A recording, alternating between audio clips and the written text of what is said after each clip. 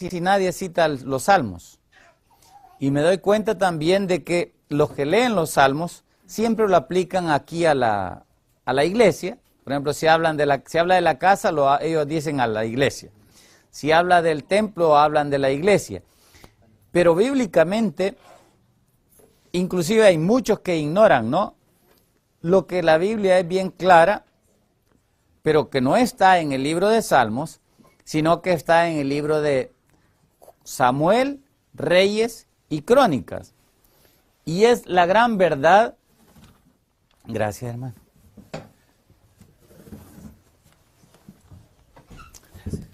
Y es la gran verdad de que ¿quién levantó el santuario? ¿Quién levantó el templo? ¿Quién levantó la casa de Dios? ¿David? Moisés. Ajá. Pero la casa de Dios, el templo, ¿quién lo levantó? Salomón. ¿Quién escribió los salmos? La mayoría lo escribió David. Bien interesante, el hermano que dijo que la mayoría, ciertamente. Y eso es bien importante entender, que los salmos no todos fueron escritos por David. Los salmos, voy a hablar de el santuario, pero hoy el tema tiene que ver con los 144,000 y el santuario celestial en los salmos.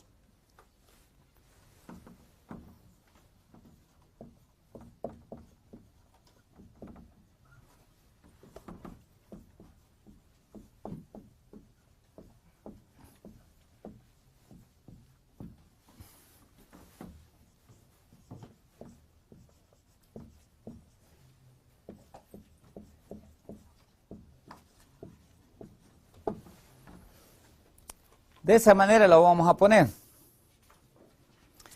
para que los hermanos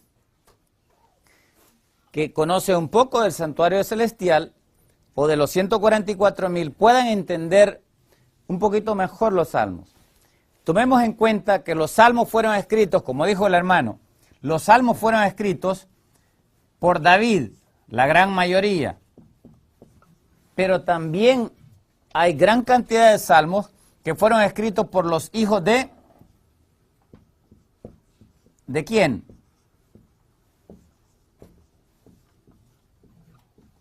Los hijos de Coré.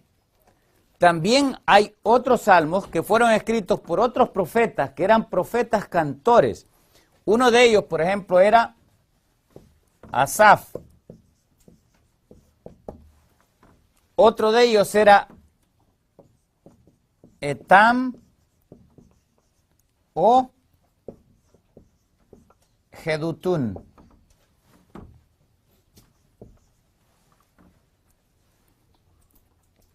Asaf, y había otro profeta que se llamaba Emán.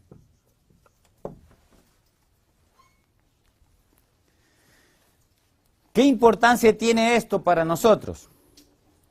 Y a la hora de estudiar los salmos, mucho. Todos estos hombres, Asaf, Emán y Etam o Jedutún, eran líderes cantores en el templo.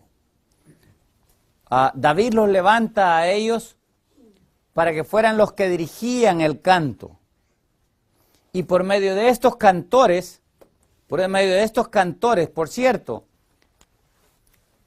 cada uno de estos nombres es importante. Esta palabra, Asaf, tiene que ver con, significa el que reúne al pueblo en uno, el que congrega al pueblo, el que llama al pueblo a reunirse. ¿Para qué? Para reunirse. ¿Para qué se reunían en el templo? Para alabar a Dios. ¿En qué tiempos? En los tiempos establecidos de culto que tenía que ver en una forma especial.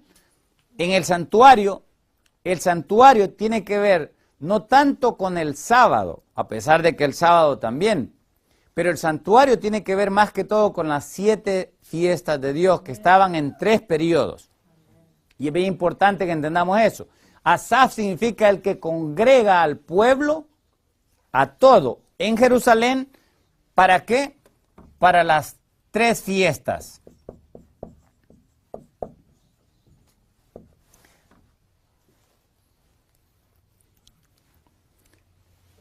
Esa palabra es la que se usa en el libro de Éxodo para hablar de la fiesta de las cosechas. La misma palabra, Asaf. De ahí viene cosecha. ¿Quiénes eran los hijos de Coré? Los hijos de Coré eran los hombres asignados por Dios en una forma específica para cargar el arca del pacto. El encargo de ellos era esa. Ellos eran los que cargaban sobre sus hombros el arca del pacto. ¿Se acuerdan de Usa? ¿Qué pasó con Usa? ¿Por qué razón murió Usa?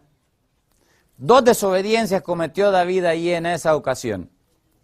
Una, puso el arca del pacto en un carro. Y Dios dijo que el arca del pacto no podía ser cargada por un carro. Debía de ser cargada en hombros. Eso fue un error. El otro error fue de que no se consagró a Dios como debía de haberse consagrado y consagrar al pueblo también, a los sacerdotes en una forma específica como ellos debían de haberse consagrado para llevar el arca. Dios esperaba que el pueblo se santificara para tomar el arca. ¿Pero qué creen eso? Tiene que ver con el tema de hoy. Los que moraban en la casa de Dios, ¿debían de ser qué? ¿Cómo debían de ser? Santos, ungidos para esa obra. Los 144,000 van a ser ¿qué? Igual, santos y son ungidos para esa obra. Son los únicos que van a morar, ¿dónde? Dentro del templo de Dios. Son los que van a asistir por la eternidad a los seres que nunca han pecado, a los ángeles y a aquellos también que van a ser redimidos de entre la tierra, pero que no se les permitirá entrar en el templo. Los 144,000 son los únicos que se les permitirá entrar en el templo, y ahí es donde el Espíritu de Profecía nos ayuda. Quiero leerles una cita para que ustedes vean esta realidad. En el libro Primeros Escritos, en la primera visión que el Señor le da a la hermana White, quiero comenzar por esta cita para que podamos ir entendiendo. Después que hace una descripción, yo les animo a ustedes que lo lean, cómo está la ciudad, cómo los lleva a la ciudad, y después de que salen de la ciudad, los pasa por un campo y llegan a un monte alto, que es el monte de Sión. El libro de los Salmos, por cierto, el libro de los Salmos es el libro que habla más del monte de Sión, y ahorita voy a mostrarles varias cosas. Inclusive, cosas tan gloriosas que habla del monte de Sión en los Salmos, que la mayoría ni lo hemos visto. Y ahorita van a ver algunas cosas maravillosas que hay en los Salmos. Después de que ellos salen de la ciudad y van por el campo, llegan, dice, atravesan los bosques, dice, y llegan hasta el monte en dirección al monte de Sión. Miren lo que dice. Atravesamos los bosques en camino hacia el monte de Sión. Salen de la ciudad, pasan por unos bosquecitos, en camino hacia el monte de Sión. Dice, en el transcurso o en el trayecto encontramos a un grupo que también contemplaba la hermosura del paraje. Advertí que el borde de sus vestiduras era rojo. Llevaban mantos de un blanco purísimo, puricísimo, y muy brillantes coronas. Cuando los saludamos, pregunté a Jesús quiénes eran. Y me respondió que eran mártires que habían sido muertos por su nombre.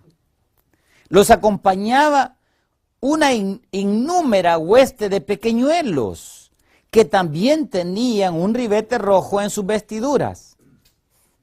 El monte de Sión estaba delante de nosotros, y sobre el monte había un hermoso templo. Lo rodeaban otros 7 montes, donde crecían rosas y lirios. Los pequeñuelos trepaban por los montes, o si lo preferían, usaban sus alitas para volar hasta la cumbre de ellos y recoger inmarcesibles flores. Toda clase de árboles hermoseaban los alrededor del templo. El boj, el pino, el abeto, el olivo, el mirto, el granado, la higuera, doblegada bajo el peso de sus maduros higos, todos embellecían aquel paraje. Cuando íbamos a entrar en el santo templo, Jesús alzó su melodiosa voz y dijo: únicamente los 144,000 entran en este lugar. Y exclamamos: ¡aleluya! Este templo estaba sostenido por 7 columnas de oro, transparentes con engastes de hermosísimas perlas. No me es posible describir las maravillas que vi. Oh, si yo supiera el idioma de Canaán, entonces podría contar algo de la gloria del mundo mejor. ¿Quiénes entran? ¿Quiénes son los únicos que entran? Solamente los 144,000 entrarán en el templo. Pues el libro de los Salmos, además del libro de Apocalipsis, yo he encontrado que es el que, es más, si comparamos las veces que habla el libro de los Salmos del cielo, aparecen más veces la palabra cielo en los Salmos que en el libro de Apocalipsis. A pesar de que todos sabemos que el libro de Apocalipsis está hablando de las cosas que hay, ¿dónde? En el cielo. Allá está, allá ve, se le permite al apóstol Juan contemplar los 7 candelabros, el altar del incienso, el arca del pacto, el templo de Dios, el tabernáculo de Dios, los 144,000, ¿no? En el monte de Sión, en victoria, ¿no? Que ya lograron la victoria. Se les presenta quiénes deben de ser esos 144,000. Todo eso está en el libro de Apocalipsis. Y nos da una vislumbre, ¿no?, de lo que es el cielo. La puerta del lugar santo que se abre y la del lugar santísimo, ¿no? Perdón, la del lugar santísimo que se abre y la del lugar santo que se cierra. Todo eso se describe hasta cuando finalmente Cristo sale del templo y se cierran las puertas en el cielo y Él viene por cada uno de sus hijos. Todo eso se entiende mejor a la luz de el libro del Salmos, al menos para mí. Estudienlo ustedes esto. Yo sé que esto va a ser un campo bien vasto, porque créanme, hay mucho que habla el libro de los Salmos de esto. Pero quiero decirles, todos estos hombres profetizaron nada más. Cuando ahí dice, yo me alegré con los que me decían, a la casa de Jehová iremos, no está hablando David, porque David no fue a la casa. David no fue. No existía la casa todavía. Ahí está hablando Cristo, desde antes de que este mundo fuese. Él es el que habla. Él es el que dice, yo me alegré con lo que me decían, a la casa de Jehová iremos. Él es el que habla, por ejemplo, en el capítulo 42, de que anhelaba, que su alma anhelaba y clamaba, diciendo, ¿cuándo iré y me presentaré en la casa de Dios? Todo eso nos enseña el libro de Salmos. Ahora, ¿quiénes eran los hijos de Coré? Ya les mencioné, todos estos hombres, cada uno de ellos, Etam, Emán y Asaf, eran los líderes, profetas, eran profetas de David. Si quieren verlo, eso está en Primera de Crónicas, capítulo 25, entre otros. Ahí aparece que estos hombres eran profetas. Por cierto, vamos a leerlo. Primera de Crónicas, capítulo 15. Para que quede esto grabado. Oh, perdón, no es el 15, el 25 es. Perdón, el 25. Capítulo 25. Primera de Crónicas 25. En el 15 es cuando llevó el arca. Dice el 25:1. Primera de Crónicas 25:1. Dice: Asimismo, David y los jefes del ejército apartaron para el ministerio a los hijos de ¿quién? De Asaf. ¿Y qué dice después? De Emán y de Jedutum. Ahí están los tres. Ahora, ¿quiénes eran ellos? Si ustedes van... Así es.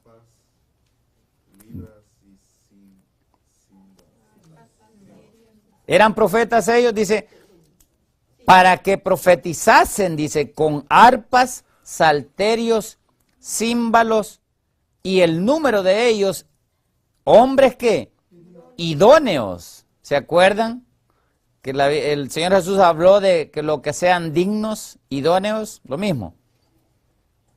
Para la obra del ministerio. ¿Qué hacían ellos? Versículo 5. Todos estos fueron hijos de ¿quién? De Emán. ¿Vidente de qué? Vidente del rey. En las cosas de Dios, para exaltar su poder, y Dios dio a Emán 14 hijos. Y sigue hablando, ¿no?, de cómo estos hombres eran instruidos en la obra del ministerio. ¿Ok? ¿Qué eran ellos? Profetas.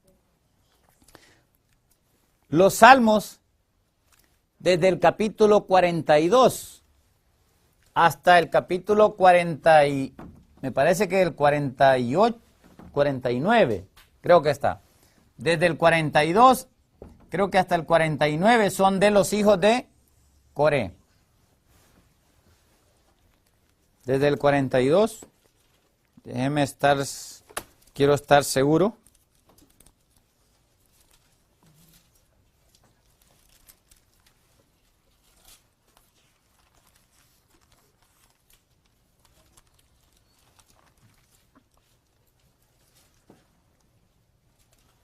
Sí, hasta el 49, ciertamente. Porque el capítulo 50 es del profeta Asaf. Todos ellos, desde el 42 al 49, fueron de los hijos de Coré. Como les dije, los coreitas eran los que llevaban el arca. Y es un tipo, los coreitas son una figura de los querubines que cargan el arca de Dios. Así como los coreitas llevaban el arca, o el arca del pacto, los querubines cargan el trono de Dios. Y es una figura para que nosotros entendamos la obra que hacían ellos. Ahora, cuando llegamos a los 144,000 en los Salmos, ya vimos la semana anterior, la presentación anterior, cómo el Salmo 15, el Salmo 24 y varios otros salmos hablan de las características que debemos nosotros tener si queremos morar en su monte santo, si queremos estar en su templo. Ahora vamos a ver un pasaje que ya fue la lectura bíblica y está en el Salmo 101. Todo este salmo es un salmo para nosotros. ¿Queremos ser de ese remanente? De los 144,000, ¿queremos prepararnos, que el Señor nos prepare para esa obra especial? La luz que Dios le dio a la hermana White es de que nosotros debemos de trabajar con todas nuestras fuerzas, con temor y temblor para ser de ese grupo. Los que no sean parte de ese grupo, dentro de la iglesia adventista, y que no estén en este otro grupo que leí hace un rato, que va a tener los ribetes rojos. ¿Quiénes son los que tienen los ribetes rojos? Los mártires. ¿Dónde se van a encontrar ellos? ¿Dónde creen? Se van a encontrar en el lago de fuego. Ahí se van a encontrar. La gran mayoría, especialmente en el tiempo final. No hay otro grupo. En el tiempo final, o somos de los 144,000 o vamos a ser de los mártires, pero no hay otro grupo ahí en ese tiempo final, especialmente los que van a preparar el camino al Señor, los que van a predicar el mensaje o a repetir el mensaje del primer ángel, del segundo ángel y del tercer ángel, y de una forma especial predicar el cuarto ángel. Si queremos nosotros ser de ese pueblo, debemos de esforzarnos, ¿no? De cumplir con estas características, de ser ese pueblo. Salmo 101, vamos a verlo. Miren qué debemos de cantar. Aquí está hablando de Cristo, por supuesto, y esto es lo que Cristo vino a hacer. Él vino a predicar ¿qué? Misericordia y juicio. Él habló bien claro. Dice el versículo 1, misericordia y juicio cantaré. Y aquí está hablando Cristo, si ustedes notan, es Él el que habla aquí. Entenderé el camino de la perfección cuando vengas a mí. Y dice, en la integridad de mi corazón andaré en medio de mi casa. ¿Quién fue el que levantó la casa? Cristo. Cristo. David no fue, porque David no hizo casa. Quería, y ese era el anhelo de él, levantar la casa de Dios, pero Dios le dijo a él, tú no levantarás mi casa porque has derramado mucha sangre. Uno de tu linaje, él dijo, cuando tú hayas muerto, cuando tú hayas descansado, entonces yo levantaré uno. Por lo cual no se cumplió ese uno con Salomón, sino con el Mesías que vino, ¿no? A quien nosotros conocemos muy bien como nuestro Señor Jesucristo. Él es en quien se han cumplido todas estas profecías, en ningún otro. Por eso es que él habló, hablando a los discípulos, ¿cómo le dijo él?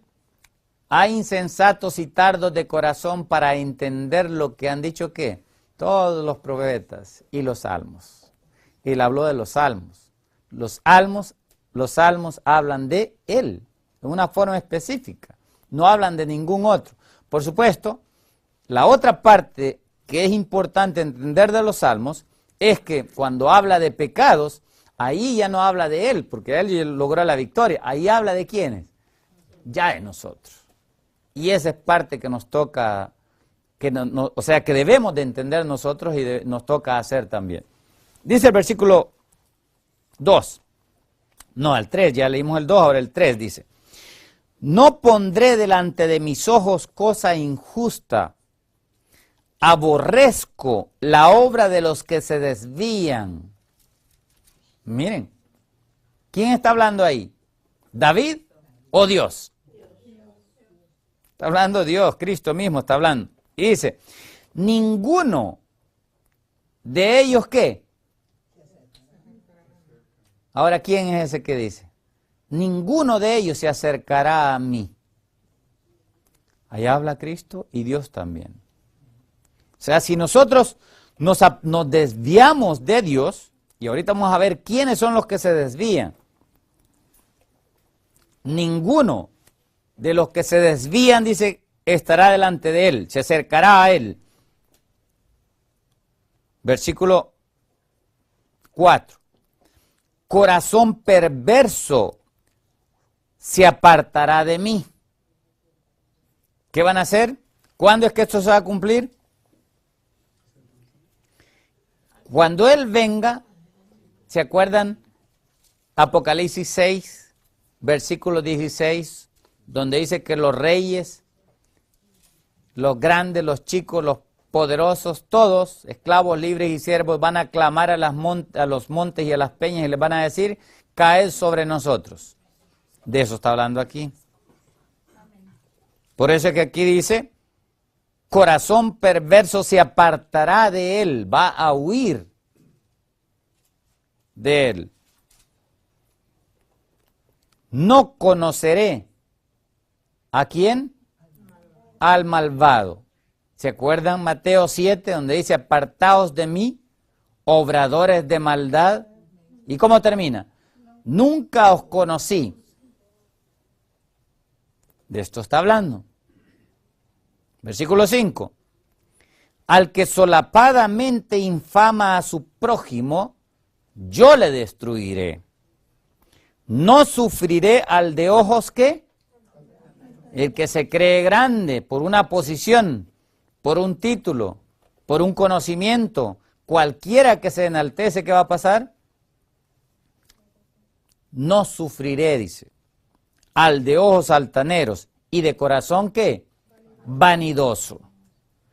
Pero miren lo que dice el 6. Y aquí es donde nosotros debemos de... Yo le digo, Señor, yo quiero ser uno de estos. Pon tus ojos en mí. Dice el versículo 6. Mis ojos pondré en los fieles de la tierra. ¿Para que estén qué?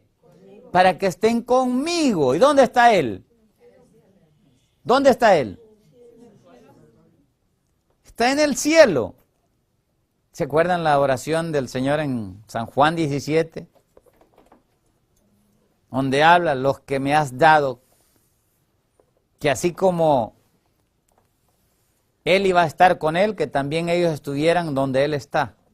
Él habló de eso. Dice, pero mire cómo son ellos. Mis ojos pondré en los fieles de la tierra para que estén conmigo. Y termina el versículo 6. El que ande en el camino de ¿qué?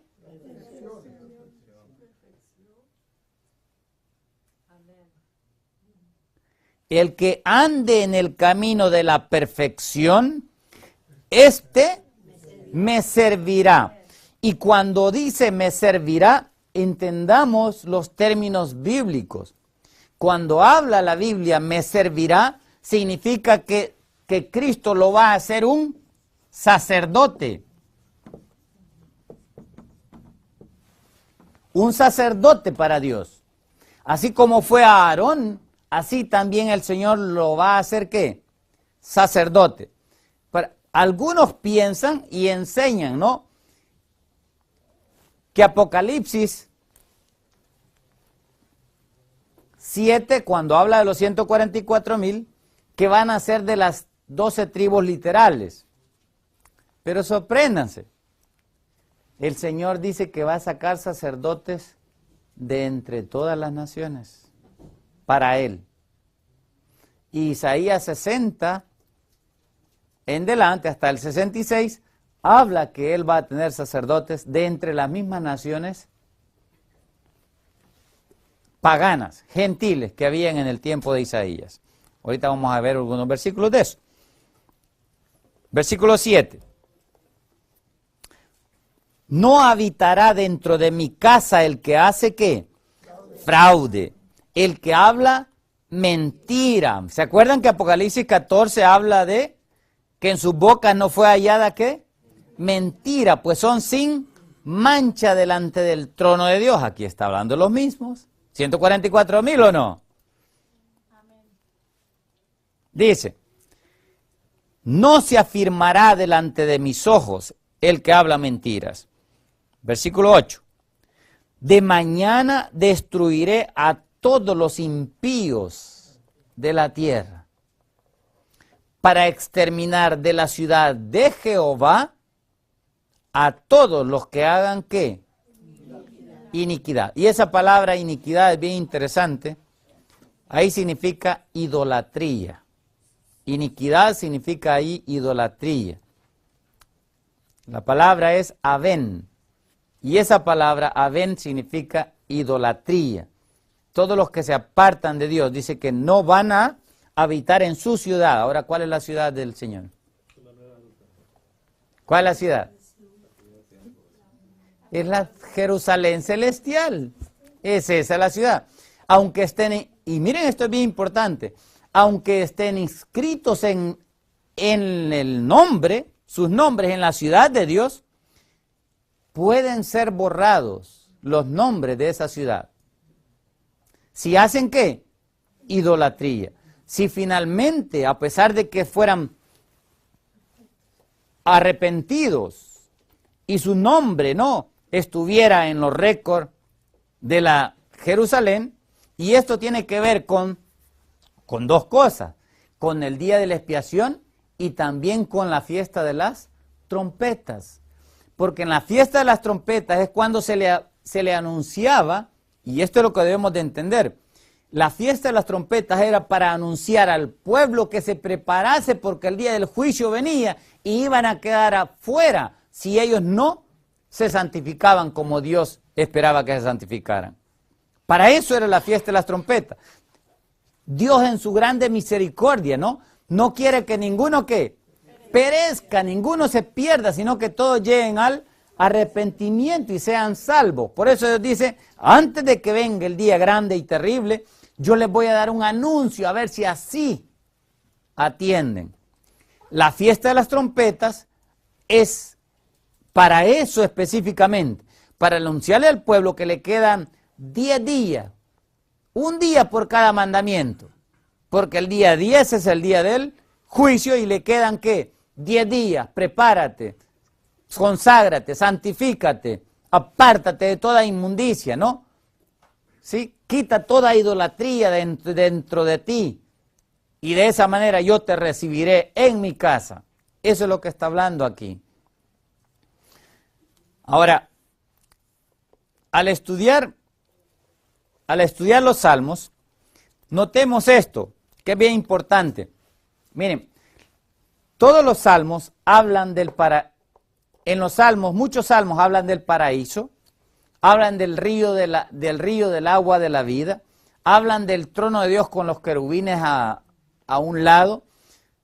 De la figura que nos da el libro de los salmos es casi completamente toda ella para que nuestra mente se transporte ¿hasta dónde? Hasta el cielo. Cristo vio esto necesario y lo deja escrito para que cuando viniera Él como humano, que aprendiera ese humano de lo que Él mismo ya había dicho. Porque Cristo como humano tuvo que aprender todo, ¿o no? Dice que Él crecía en estatura y en conocimiento y sabiduría. Él aprendió todo como nosotros aprendemos. ¿De dónde lo aprendió? ¿Dónde aprendió de las cosas celestiales? Yo les digo, en primer lugar, Él lo aprendió de los salmos. Porque los salmos hablan de las cosas celestiales. Y nosotros necesitamos aprender de los salmos también. Amén. Por eso es que se recuerdan, mencionamos, ¿no? El famoso Salmo primero, que todo mundo se sabe hasta de memoria, pero que no ha entendido la mayoría, donde dice ¿qué? ¿Qué dice ahí? Bienaventurado ¿qué? El varón que no anduvo en camino de pecadores, ¿no? Miren lo que dice. En consejo de malos, dice. Fíjense lo que dice. Bienaventurado el varón que no anduvo en consejo de malos, ni estuvo en camino de pecadores, ni en silla de escarnecedores se ha sentado, sino que en la ley de Jehová está su delicia, y en su ley medita de día y de noche. Vayan, miren que, ¿quién está hablando aquí? Está hablando Cristo. ¿Pero está hablando solamente de Él o también habla para nosotros? Ya en el Salmo 119, miren el Salmo 119.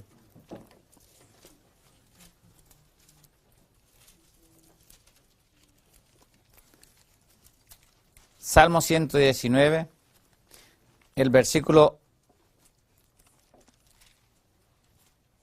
79. Miren lo que dice el Salmo 119, 79 y 80. ¿Quién está hablando? Dice así, Salmo 119, 79. Vuélvanse a mí los que me temen. ¿Y qué dice después? Y conocen tus testimonios. Miren qué interesante. Ahora, ¿quién es ese mí? Vuélvanse a mí. ¿Quién habla? Fíjense, es interesante. Si habla Cristo, si es Cristo el que habla ahí, Él dice, le invita a ¿quiénes? A los que conocen sus testimonios. Y le dice, esos que conocen mis testimonios, vuélvanse a mí. Claramente. Pero, ahora, ¿para que qué? Dice, sea mi corazón, versículo 80, sea mi corazón, y ahí dice íntegro, la palabra allí es legítimamente traducirla también, perfecto, sea mi corazón perfecto en tus ¿qué? En tus estatutos. ¿Para que qué? Para que no sea yo. ¿Se acuerdan el mensaje de la sexta trompeta? ¿Qué dice el Señor? Vamos a ver ese versículo. No pierdan ahí porque vamos a regresar a Salmos. Apocalipsis capítulo 16. Apocalipsis 16, versículo 15.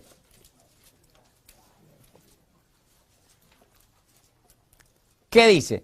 He aquí, dice el Señor, he aquí yo vengo como ladrón. Todavía no ha venido. Yo vengo, dice él. Está hablando el Señor. He aquí yo vengo como ladrón. Bienaventurado el que vela y guarda ¿qué? Sus ropas para que no ande como. Y después ¿cómo termina? Ahora, ¿qué dice al Salmos? 119, 80. ¿Qué dice? Sea mi corazón íntegro o perfecto en tus estatutos para que no sea yo ¿qué? ¿Quiénes son los que no van a ser avergonzados?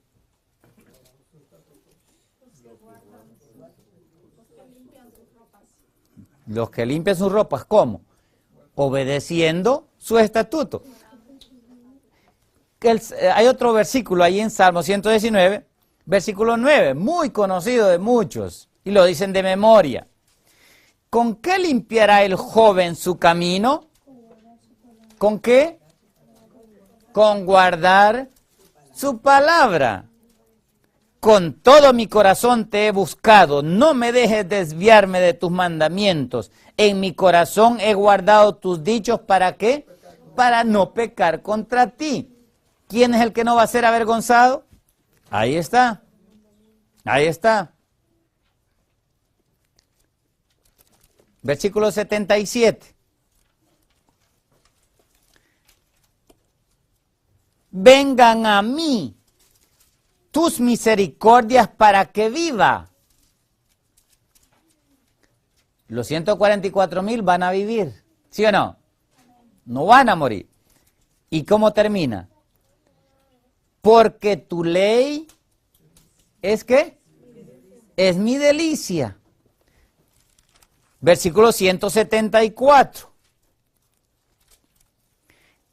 He deseado tu salvación, oh Jehová, y tu ley es mi delicia otra vez.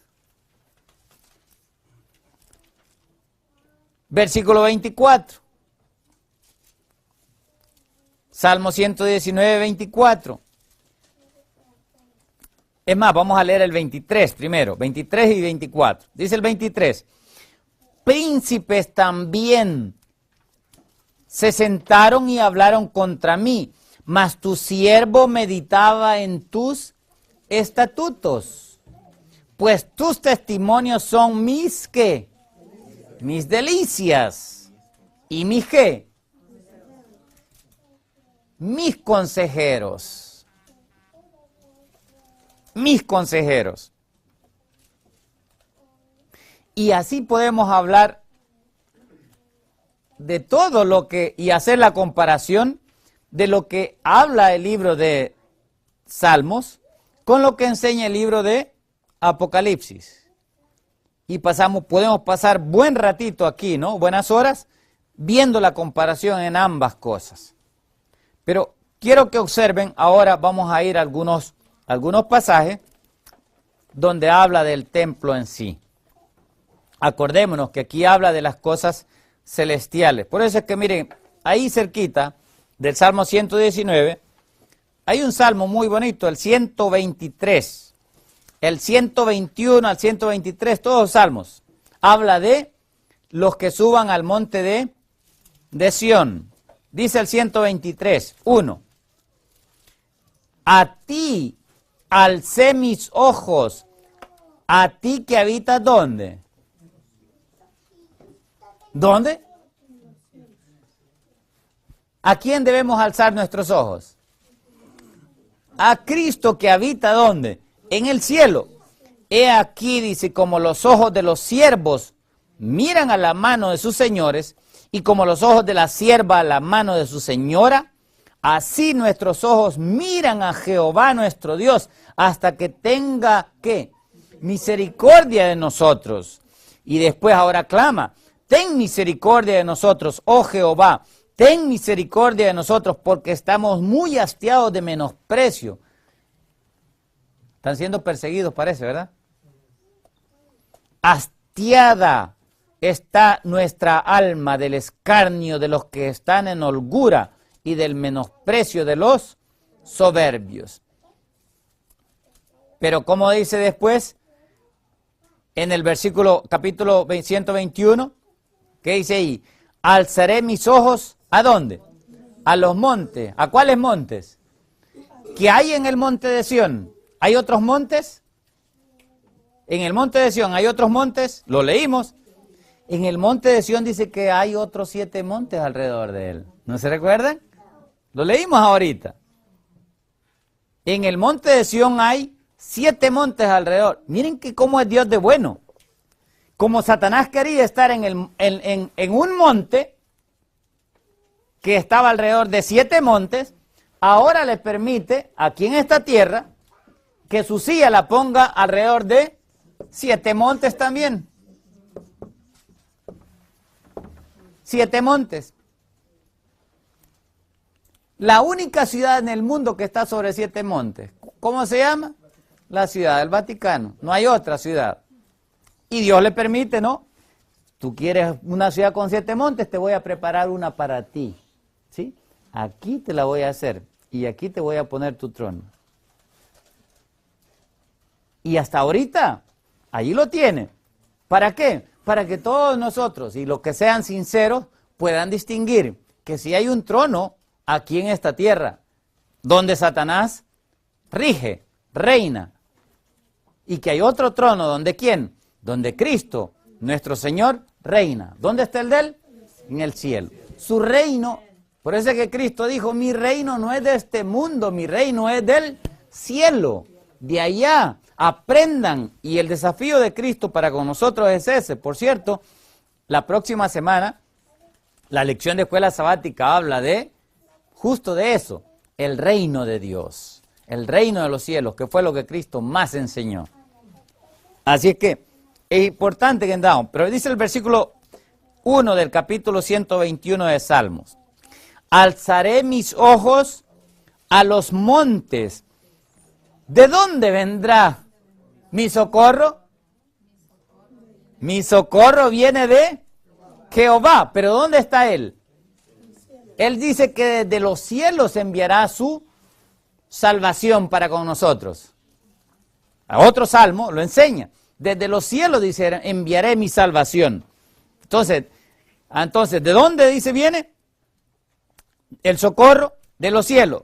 Pero va a venir de Jehová, que hizo los cielos y la tierra.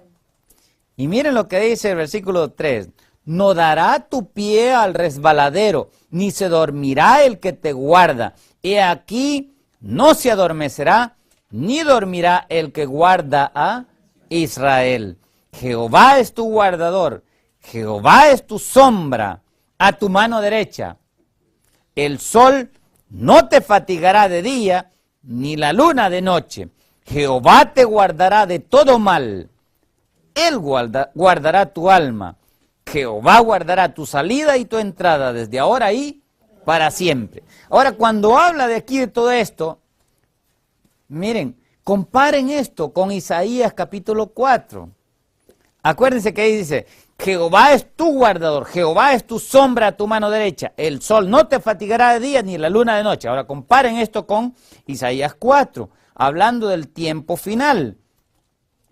Isaías 4, miren lo que dice, comenzando del versículo 1 en delante, hablando de Sión, la que va a ser restaurada finalmente, dice, echarán mano de un hombre 7 mujeres. Isaías 4, 1 en delante.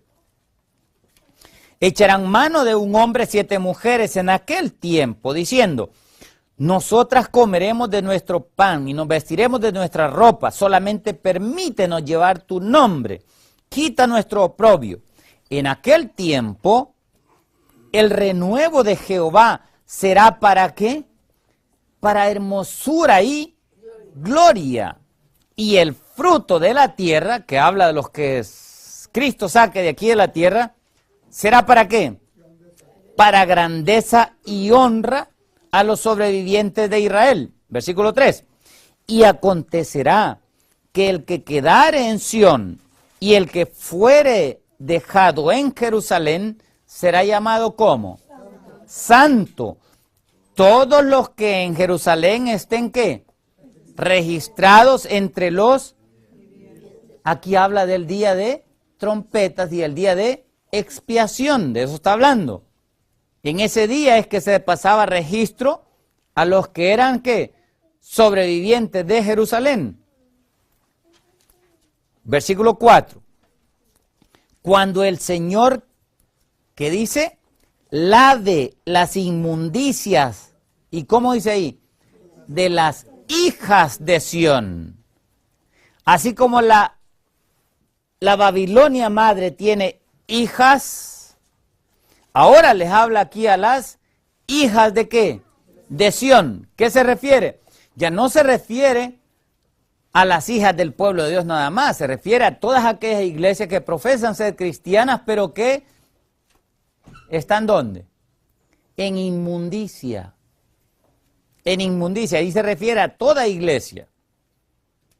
Y limpie la sangre de Jerusalén de en medio de ella, con espíritu de ¿qué? De juicio y con espíritu de devastación. Y aquí va el versículo que tiene que ver con Salmo 121.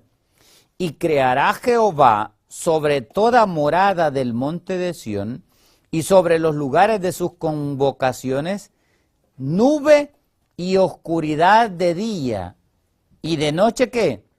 Resplandor de fuego que eche llamas, porque sobre toda gloria habrá un dosel, y habrá un abrigo para sombra contra el calor del día, para refugio escondedero contra el turbión y contra el aguacero. ¿Quién es el que nos va a proteger? ¿Quién es el que va a hacer sombra sobre nosotros como hizo sombra sobre el pueblo de Israel cuando lo sacó de Egipto? Cristo nos va a hacer. Pero dice que lo va a hacer cuando nosotros, en los lugares de nuestras convocaciones. Y esa palabra habla de las santas convocaciones ahí. Habla de las micras. Cuando Dios dijo en Levítico 23, cuando Él habla, y este día os será día de santa convocación. A eso se refiere ahí. Quiero que notemos algunos pasajes, ya vimos algunos, ¿no? El Señor quiere que nosotros estemos con Él. Y hay varias cosas que necesitamos aprender nosotros del libro de los Salmos. Una de ellas es que así como Cristo tuvo enemigos externos, también tenemos enemigos ¿qué? Internos. Debemos de aprender eso. ¿Y cuál es el más peligroso? ¿El externo o el interno? Amén. Amén. Estamos de acuerdo. Según yo como coro, los hermanos aquí estamos de acuerdo con eso. El peor enemigo nuestro es el interno, es mi mismo yo. Ese es el problema más grande. Y el libro de los Salmos nos hace bien claro eso, que contra ese enemigo nosotros no tenemos ninguna oportunidad de liberarnos. Solamente Él nos puede librar de ese enemigo. Al igual como los enemigos externos, porque los enemigos externos son más poderosos que nosotros. Y el libro de los Salmos habla, ¿no?, que son poderosos más que nosotros. En el aspecto que ellos tienen armas, ellos matan, ellos tienen odio, ellos tienen todas estas cosas que nosotros debemos, de evitar. Que en nosotros deben de ser limpiados, lavados, purificados, como dice el Salmo 51. Entonces, bien importante que entendamos eso, ¿no? Que el enemigo más peligroso que tenemos nosotros somos nosotros mismos. ¿Ok? Y hay varios salmos que podemos citar con respecto a esto. También hay enemigos exteriores, acuérdense. El que se pone de parte de Dios entra en un conflicto. Todo cristiano debemos de entender esto y muy claro. Cuando nosotros nos apartamos del reino de las tinieblas para ser parte del reino del amado Hijo, nos volvemos ¿en qué? En enemigos en enemigos de la bestia, pero en una forma especial ¿de quién? Del dragón. Pero el dragón y la bestia tienen ¿qué? Tienen súbditos también, tienen servidores.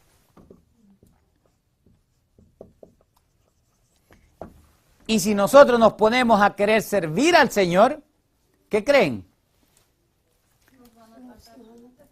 También los servidores de la bestia nos va a atacar y eso es normal. ¿Por qué? Porque ellos no aman la verdad, porque ellos no quieren saber del pacto. Ellos no tienen ningún interés en obedecer la palabra. ¿Siguen qué? A otro rey. Y en los días finales Dios va a permitir que esa realidad sea bien clara, ¿no? Para que cada ser humano tome la decisión o de servir al rey terrenal o de servir al rey celestial. No va a haber término medio, o lo uno o lo otro. Cada uno de nosotros tiene que tomar esa decisión. Y eso es algo que va a llegar. Hay algunos salmos, pero antes de ir a los salmos, quiero nomás presentarles a ustedes algunas descripciones del cielo que yo he encontrado, algunas que he encontrado, ¿no?, en la Biblia. Por ejemplo, ya vimos algunas, ¿no?, la semana pasada, en el capítulo 11, en el capítulo 18, pero ahora les voy a dar después del capítulo 18. Por ejemplo, el Salmo 33. Salmo 33. ¿Qué dice ahí? En el versículo 13 y 14. Dice el 13 y 14. Desde los cielos miró Jehová, vio a todos los hijos de los hombres. Desde el lugar de su morada miró sobre todos los moradores de la tierra. Él formó el corazón de todos ellos. Atento está a todas sus obras. Versículo 15. Terminamos de leer. ¿Desde dónde mira él? Desde el cielo. Capítulo 36. Habla del Edén celestial. Versículo 5 en delante. Jehová, hasta los cielos llega tu ¿qué? Tu misericordia. Y tu fidelidad alcanza hasta las nubes. Tu justicia es como ¿qué? ¿Cuáles montes? ¿Cuáles son los montes de Dios? Los 7 montes que están alrededor del monte de Sión. ¿Sí? Tu justicia es como los montes de Dios. Y aquí me acuerdo de otro salmo, que es bien interesante leerlo, ahorita vamos a ir a él, el Salmo, parece que es el 134. Y dice después, oh Jehová, dice, al hombre y al animal, ¿tú qué? Tú concedes, oh, pero me faltó una parte. Tus juicios, abismo grande.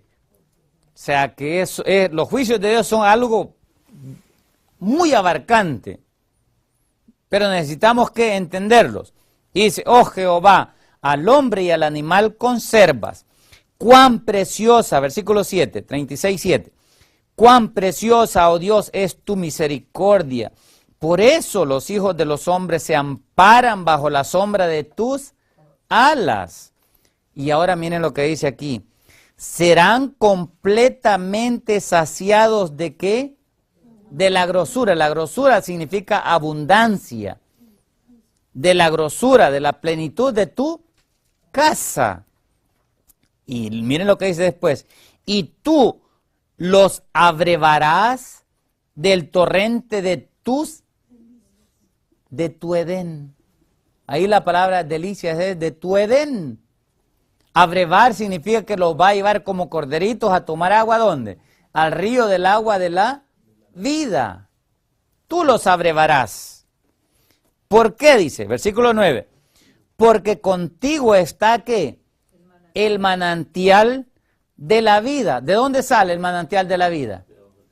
De debajo del trono de Dios. De ahí sale el manantial del agua de la vida. Y dice, en tu luz veremos la luz. Extiende tu misericordia a los que te conocen y tu justicia a los rectos de corazón. Otro más. Salmo 42.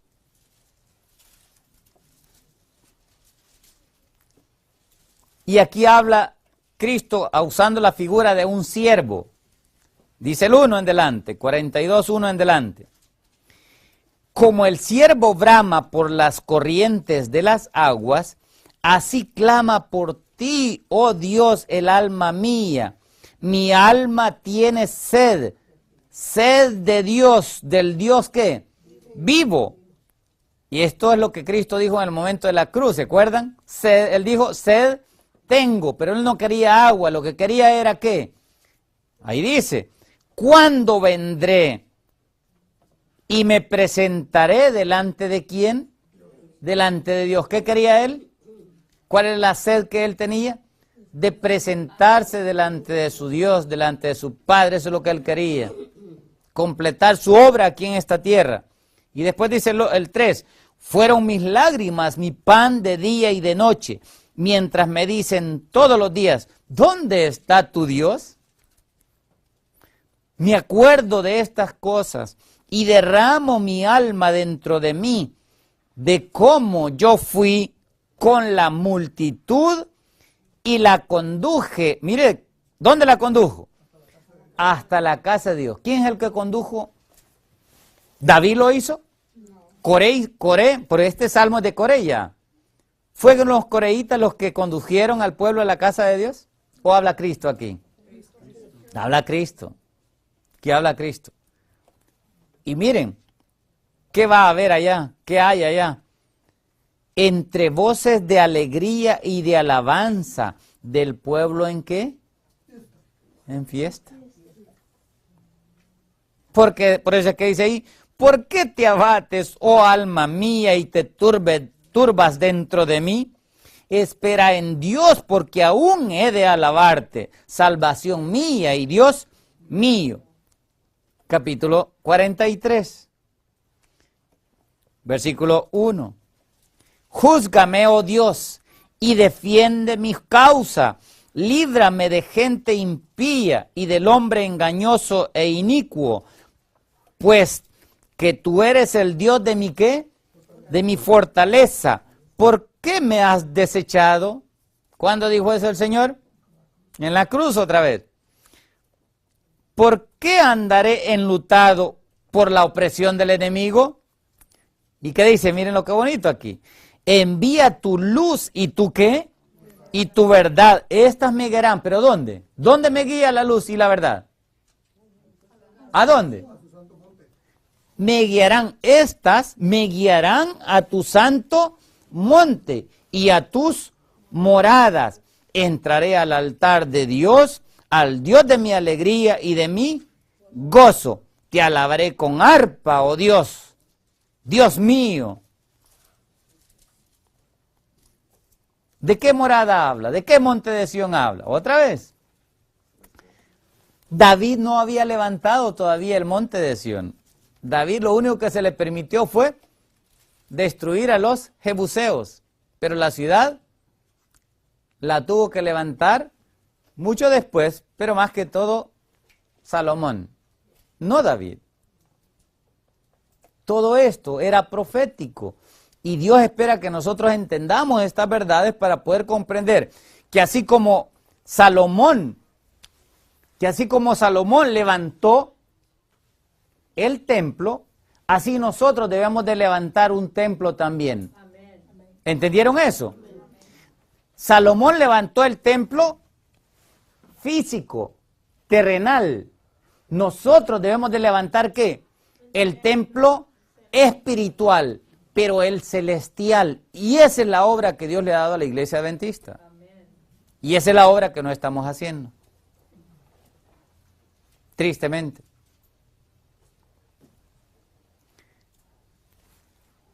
Acuérdense, miren, el libro de Salmos habla de edificar a Sión, pero habla que Sión también fue llevada cautiva. Habla que proféticamente habla de que por predicar a Sión, los hijos de Sión son llevados cautivos, pero y en Sión se les pide que canten los cantos de Sión. Perdón, en Babilonia se les pide que canten los cantos de Sión. Fueron llevados a Babilonia, pero acuérdense, David no fue llevado a Babilonia. Cristo profetiza eso de algo que iba a ocurrir. No solamente habla los libros de los Salmos de que el templo iba a ser levantado y deja todos los detalles para que se levante el templo físico, sino también habla de que ese templo iba a ser profanado también y que el culto en ese templo iba a ser echado por tierra, igual como enseña el templo espiritual que iba a ocurrir en Daniel capítulo 8 del versículo 9 hasta el 14. A la luz de Daniel 8 y de Apocalipsis, nosotros debemos de entender esta obra, ¿no?, de la reconstrucción del templo. Y Dios nos ha dejado el ejemplo de Salomón y también nos ha dejado el ejemplo de ¿quién? ¿Quién más levantó el templo? ¿Quién fue el otro que levantó el templo? Esdras y Nehemías. Y tenemos el registro de eso. Así como ellos salieron de Babilonia y fueron a reconstruir el templo, Dios nos llama a nosotros a salir de Babilonia y regresar ¿a dónde? A nuestra verdadera ¿qué? Verdadera madre, nuestra verdadera morada. Allá nosotros debemos de levantar, ¿no?, nuestro lugar. Todo esto, ¿no?, eso es algo que debemos de entender. A la luz de los Salmos se entiende esto. Y por supuesto, ¿no?, se necesita entender también Daniel y Apocalipsis para poder ver la relación que hay en todo esto. Por cierto, estoy preparándome, ¿no?, para dar un seminario de Daniel y Apocalipsis. Pero voy a comenzar con el libro de Apocalipsis, porque ya con varios hermanos aquí ya hemos estudiado Daniel. Vamos a comenzar ahora por el libro de Apocalipsis y después voy a tener que grabar Daniel otra vez. Pero con varios hermanos aquí estuvimos estudiando 8 meses el libro de Daniel. Estudiando 4 veces a la semana. Y a veces eran más de 3 horas. ¿Y 8 meses se tomó? 8 meses. 8 meses estuvimos estudiando. Y lástima, ¿no?, que esto lo hicimos antes de que pudiéramos grabar, pero ahorita estoy preparando, ¿no?, el libro de Apocalipsis. Vamos a comenzar a grabar y cuando estudiemos el libro de Apocalipsis es importante que entendamos todo esto, ¿no?, para poder entender esto. Oren para que el Señor, y pasen la voz, ¿no? Por eso es que necesitamos, ¿no?, hermanos que nos ayuden a contestar los emails, ¿no? Los textos que nos están enviando para que así no se propague esto un poco más rápido. Regresando, capítulo 46. Miren lo que dice el capítulo 46 aquí. Versículo 1. Salmos, hermana. Salmos 46, 1. Dice, Dios es nuestro amparo y fortaleza. Él es nuestro pronto auxilio en las tribulaciones. Por tanto que no temeremos, aunque la tierra sea ¿qué? Removida y se traspasen los montes al corazón del mar. Miren, ¿están preparados para esto? Si ustedes quieren ser de los 144,000, esto lo van a ver con sus propios ojos. Con sus propios ojos. Porque esto es lo que va a ocurrir antes de que Cristo venga. Esto no ocurre después, va a ocurrir antes de que Él venga y lleve a su iglesia al cielo. ¿Cuánto tiempo antes? Bueno, buena pregunta. Buena pregunta. ¿Cuánto tiempo antes? Un poco tiempo. Versículo 3. Aunque bramen y se turben sus aguas. Y ahí habla del mar. ¿Se acuerdan que el Señor Jesús habló de esto? Que las gentes andarán confundidas y afligidas, ¿no? Porque el mar por el bramido del mar, dijo él. Y va a hervir como una olla. En parte ya están comenzando a haber anuncios. Pero esto es solamente anuncios. Esto no es para que nosotros nos alarmemos. Esto es para que nosotros, ¿qué? Nos consagremos a Dios. Para eso es. El Señor viene pronto, consagrémonos a Él. Esto es lo importante. Pero miren el cielo aquí, en el versículo siguiente. Termina el 3, no lo leí todo. Dice, aunque bramen y se turben sus aguas y tiemblen los montes a causa de su braveza, porque Dios va a venir con ira. ¿En qué deben de estar fijos nuestros ojos? Ahí dice, del río sus corrientes alegran la ciudad de Dios. ¿En qué debemos de estar pensando cuando esto pase? ¿En las ciudades que están cayendo o en la ciudad que el Señor tiene para nosotros? En esa ciudad. Y ahí dice, en el santuario de las moradas del Altísimo. En eso debemos de pensar. Pronto está por venir, ¿sí? Nuestros ojos deben de estar fijos allá en lo celestial. Dios está en medio de ella, en medio de la ciudad. Allí está Él. ¿No será qué? ¿Quién puede conmover la del cielo? La de aquí de la tierra y todas las de la tierra van a ser ¿qué? Destruidas. Pero la de allá, esa permanece estable para siempre. Y allí es donde deben estar ¿qué? Nuestros nombres escritos. Ahí es donde deben estar nuestros nombres. Y dice, Dios la ayudará. Miren qué interesante. ¿Por qué dice Dios la ayudará? ¿De qué está hablando? Dice la ayudará. ¿De qué está hablando? ¿De qué viene hablando?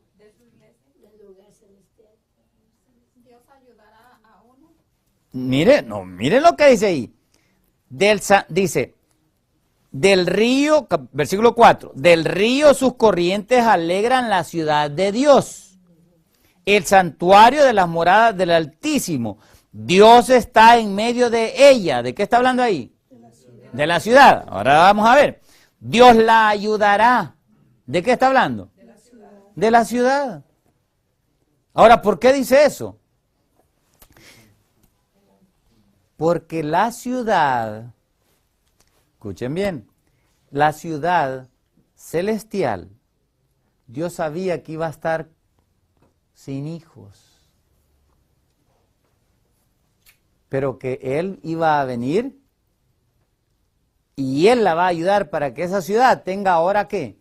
Hijos. ¿Y esos son quiénes? Los 144,000. En una forma especial, pero por supuesto, ¿no? Todos van a ser hijos de esa ciudad, pero de ello habla también. Así, por eso es que habla en el libro de